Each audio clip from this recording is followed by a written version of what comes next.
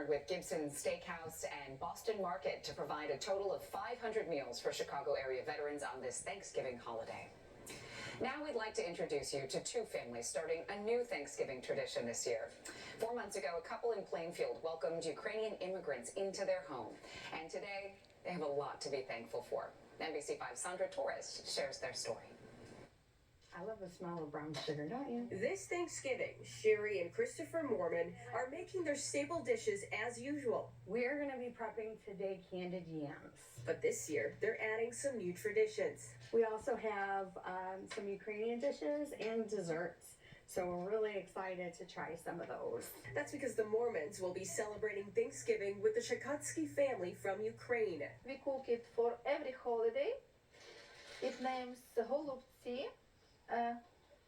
In American, it's a cabbage roll. A family of four they're legally sponsoring through a federal program called Uniting for Ukraine. Basically, where we're taking responsibility for this family for 2 years. It's a decision they didn't take lightly, but felt compelled to do after becoming empty nesters and seeing the disturbing images coming out of Ukraine after Russia began attacking the country. We take it for granted here in the U.S. because we're not worried about bombs falling on us. We're not worried about having no water, no heat. Chris and I had a very long conversation, and we decided to go ahead and take the leap of faith. That leap of faith led them to 44-year-old Alexander, his wife Alla, and their two sons, 13-year-old Yaroslav and 8-year-old Mark.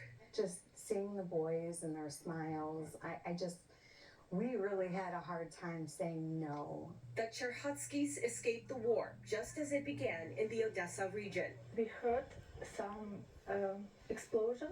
We opened a window and we saw that the war began. And at this moment, we decided to move and to save our children. Their goal was to end up in the U.S., and they reached that goal thanks to the Mormons. I'm thankful that we had the opportunity to bring them here because honestly they have been a blessing. And while the transition has not been easy, I miss my grandpa, my grandma.